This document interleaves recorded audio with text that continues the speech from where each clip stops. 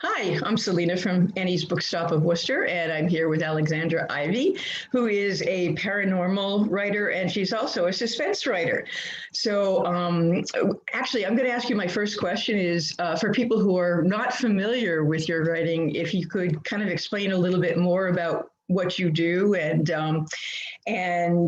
what people can expect from your newest book. Great. Yeah, I have a series that it makes me feel old to talk about it, but I have a paranormal series that I'm getting ready to. I just sent book 18 in. So that gives you some idea of how long it's been going. And it's called The Guardians of Eternity. And it's based on a loose collection of vampires. So that's based, but it has a lot of other paranormal creatures. I have an ongoing character called Lovett, who's a little gargoyle. And they're funny. I started with kind of an homage to Buffy that I adored. So it's funny, a lot of action adventure, and at the very core of it is a connection of this loose family of vampires. So like I said, it was kind of based on my love for Buffy. So that's kind of what they can expect from that series.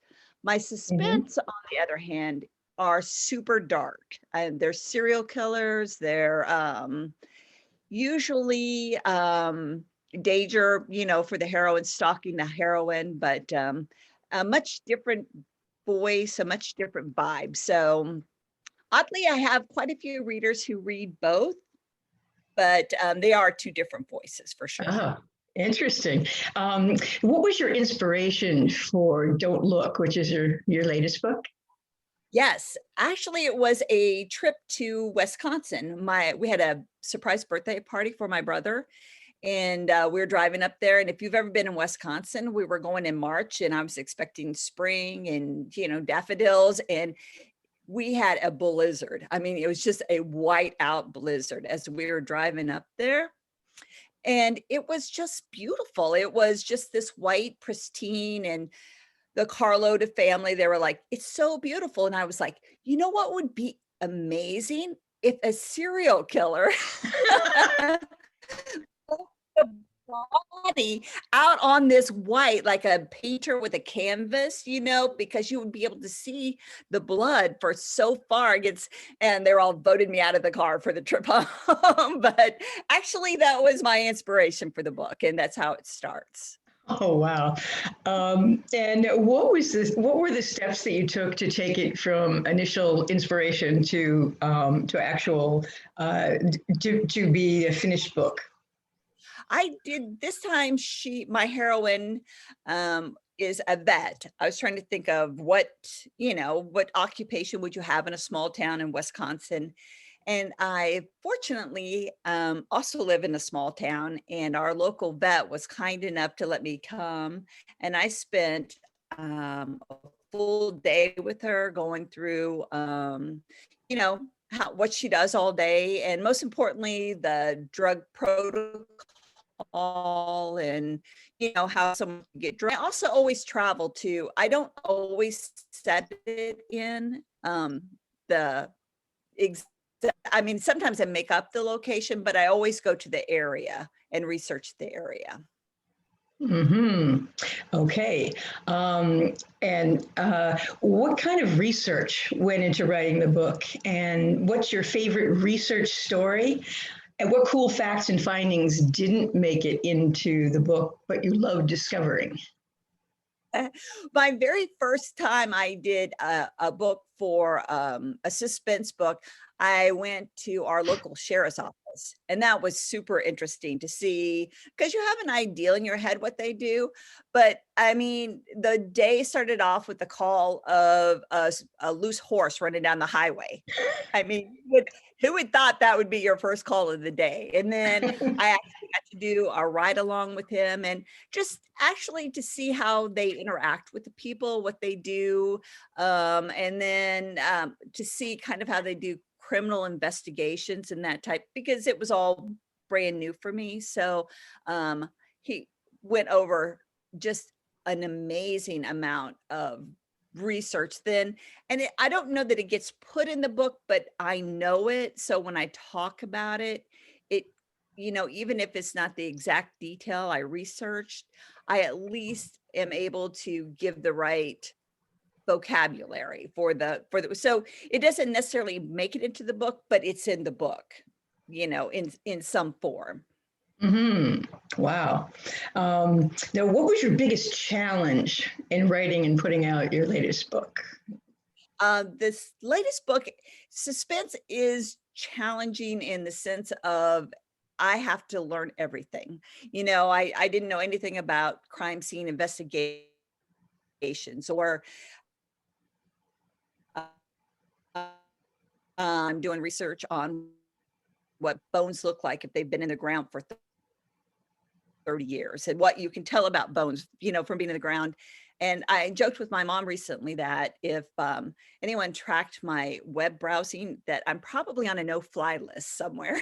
If you could see what I investigate all day. So I'm hoping they understand I'm a writer, but otherwise, if you just looked at my browsing history, it would be pretty shocking. But it's fascinating. But I did start from scratch. I wasn't, before I started writing these books, I wasn't an investigator or a lawman or a lawyer. So it takes a lot of time. I have to stop and do a lot of research for these books. So that's how you overcome your challenges, is doing the research ahead of time? Yes. I just have a whole packet of information. And like I said, I've been lucky to live in a small town where I know people, I don't know it, but they know it. So I can go to them and get the right information. So what character did you love or hate the most when you were writing this book?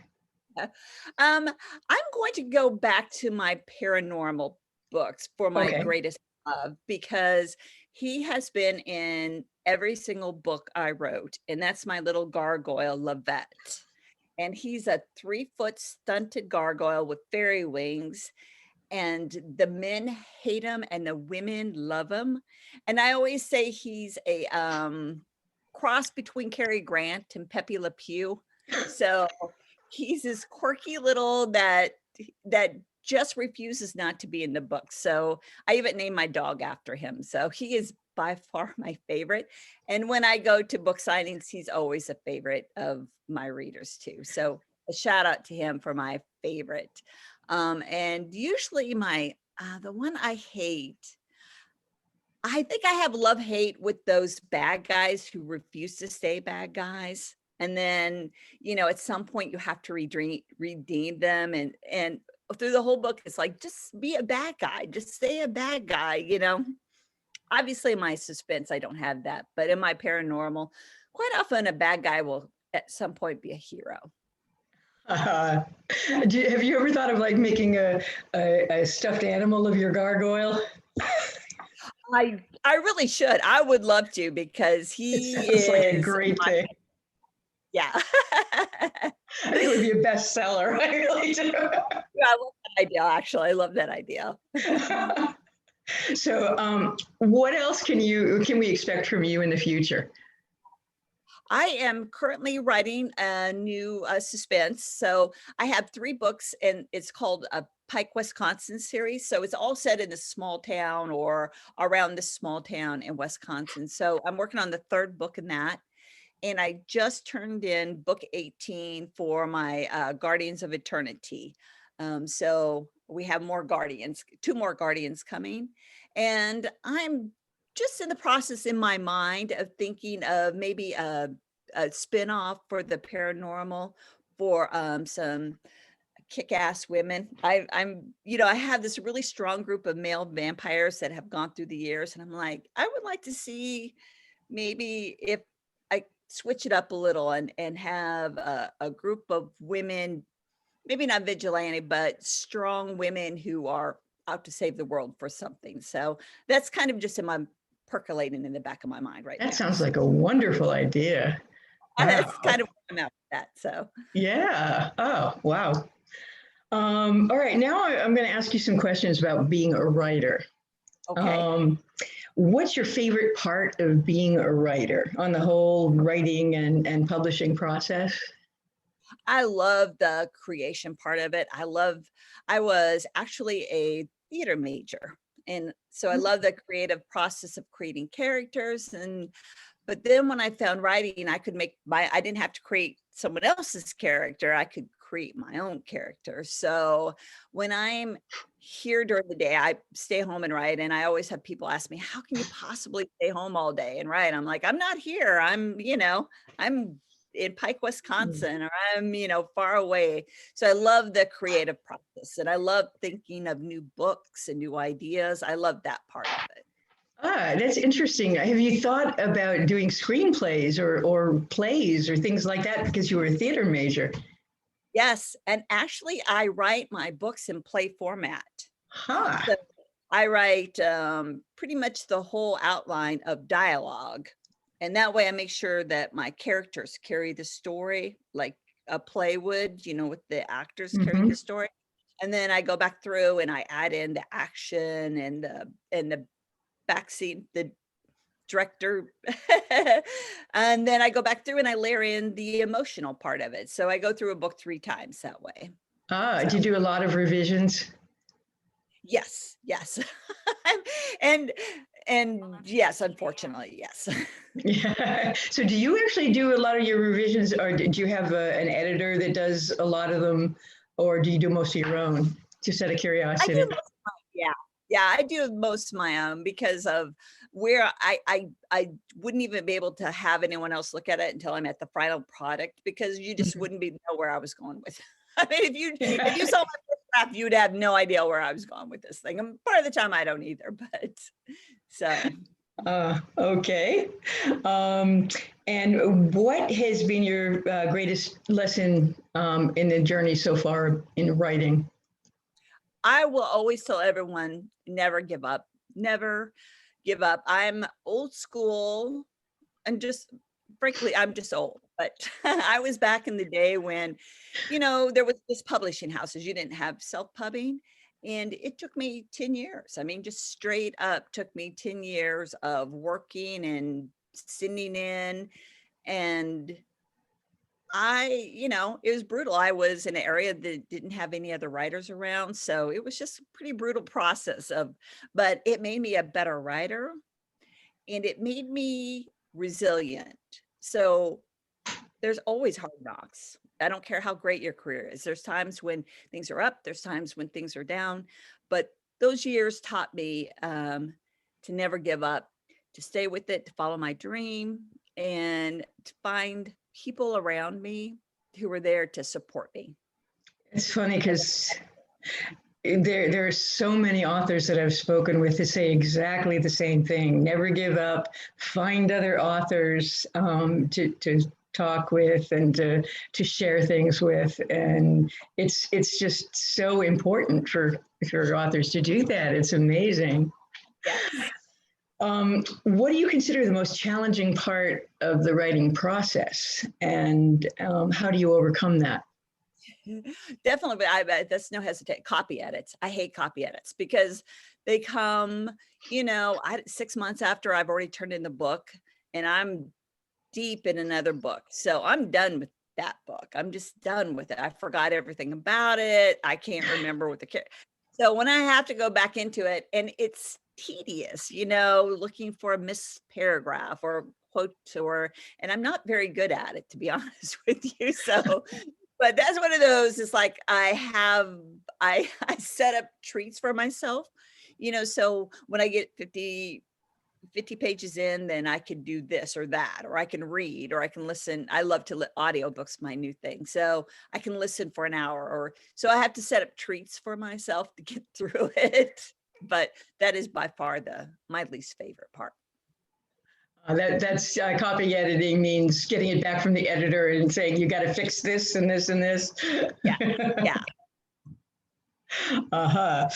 Um, and what's been your favorite adventure during your writing career? I love going to conferences.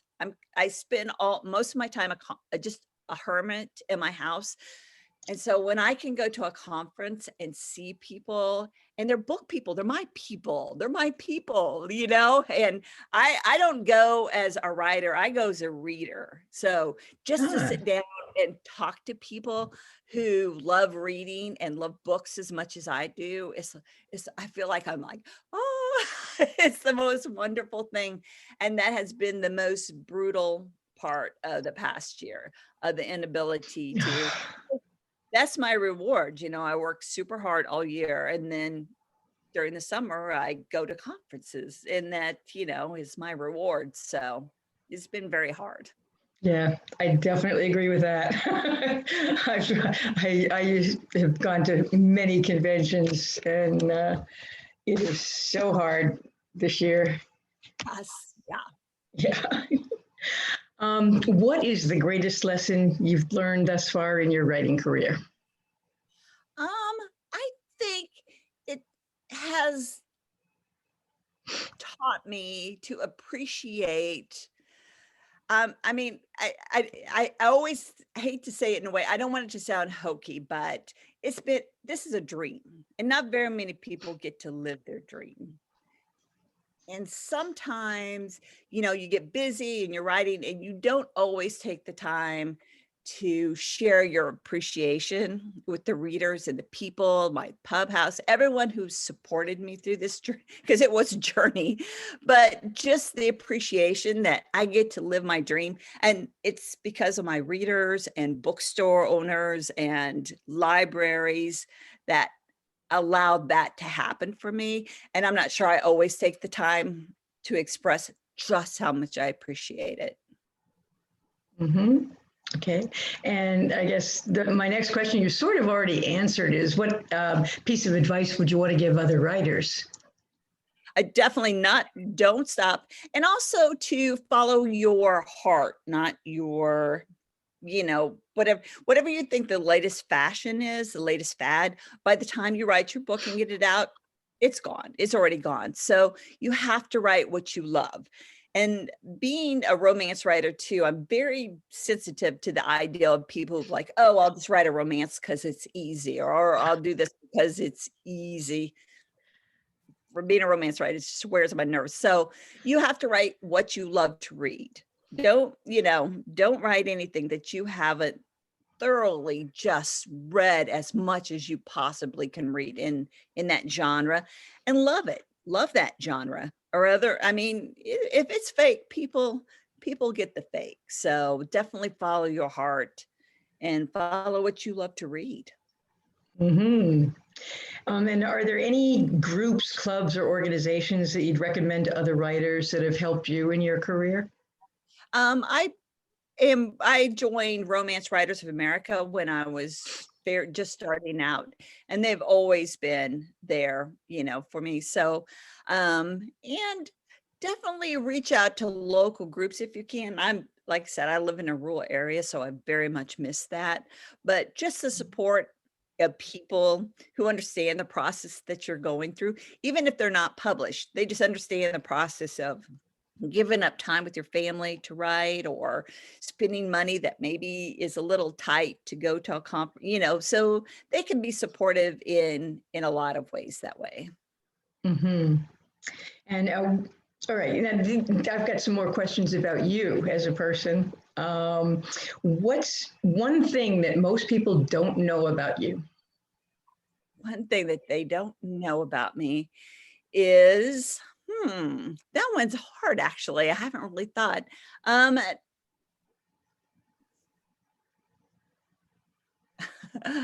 just blather about everything. So probably at heart that I am a hermit, because when I go out and I'm around people, I try to be very extroverted, because people are there to, you know, to enjoy, have a great time. So I try to join in that. But at heart, I'm very much a shy hermit. Wow, that's interesting because you seem very extroverted. I know, like this thing. I was like, and then when I go home from a conference, I like collapse for you know, a week, and I can't move. I'm like. Next question is, what question do you wish interviewers would ask, and what would your answer be?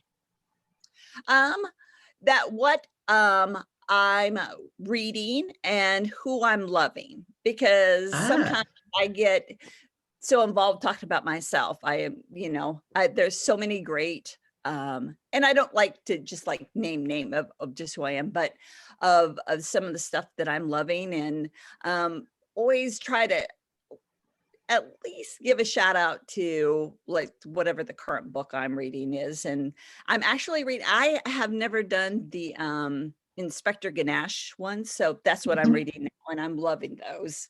And I would love it more. They're set in Canada, and they always talk about the brutal cold there and stuff.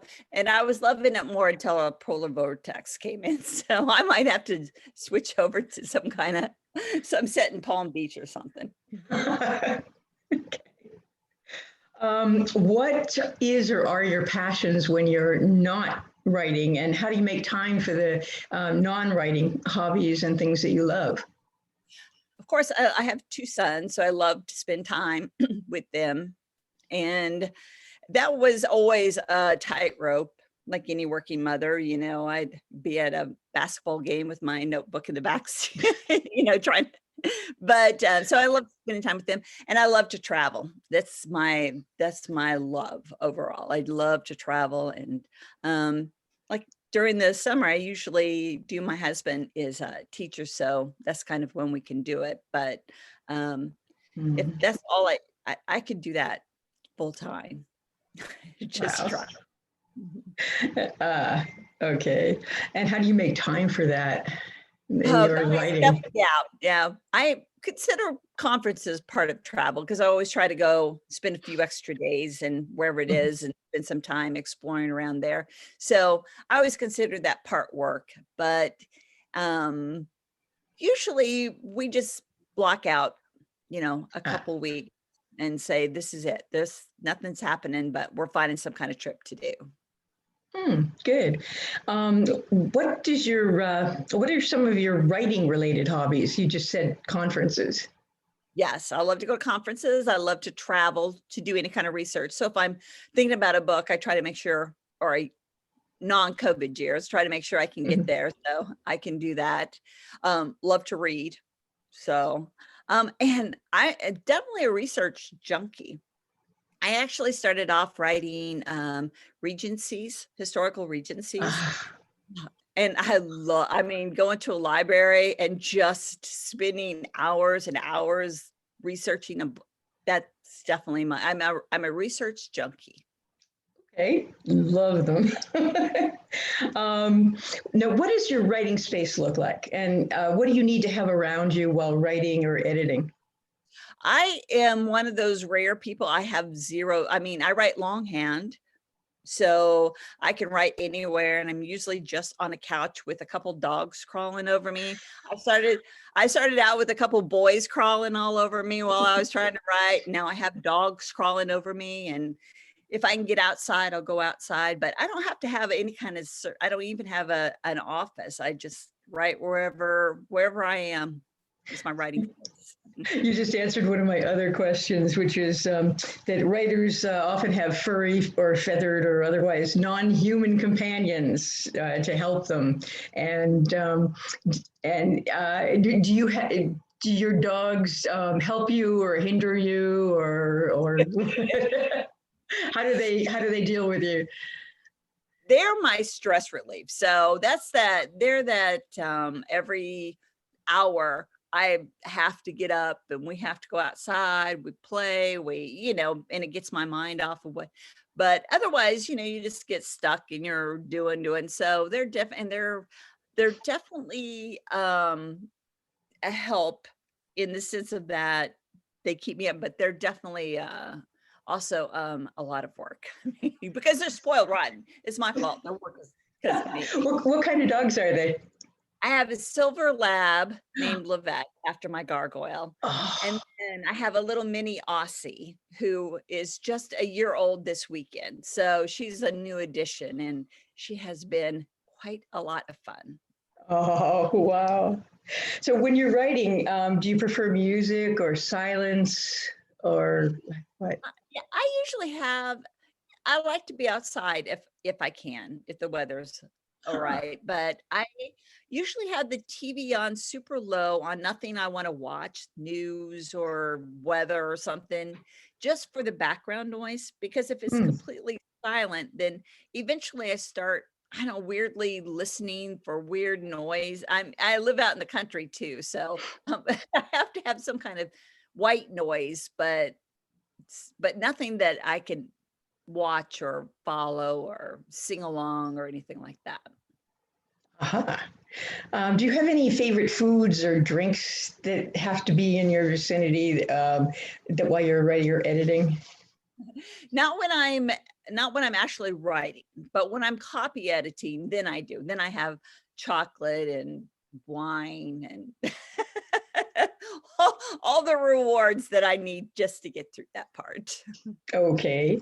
Have you had New England as a part of the setting in any of your writing at I all? am not sit I do it mostly in the Midwest because that's where I'm from, and the South because I lived in the South for a while, but I would love to do it.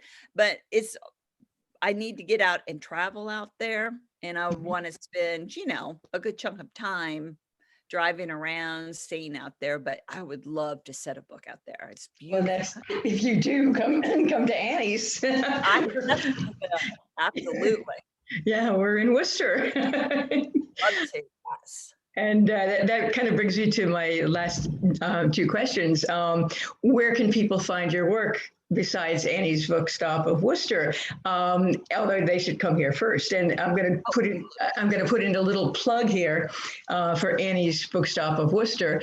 And we're at 65 James Street in Worcester. And we this is Massachusetts, of course, and we do excuse me, you can order any books, all of Alexandra's books from us, and we will mail it to you. So we have mail order books, and you can come into the shop. You can order them from us if you send it to orders@anniesbooksworcester.com.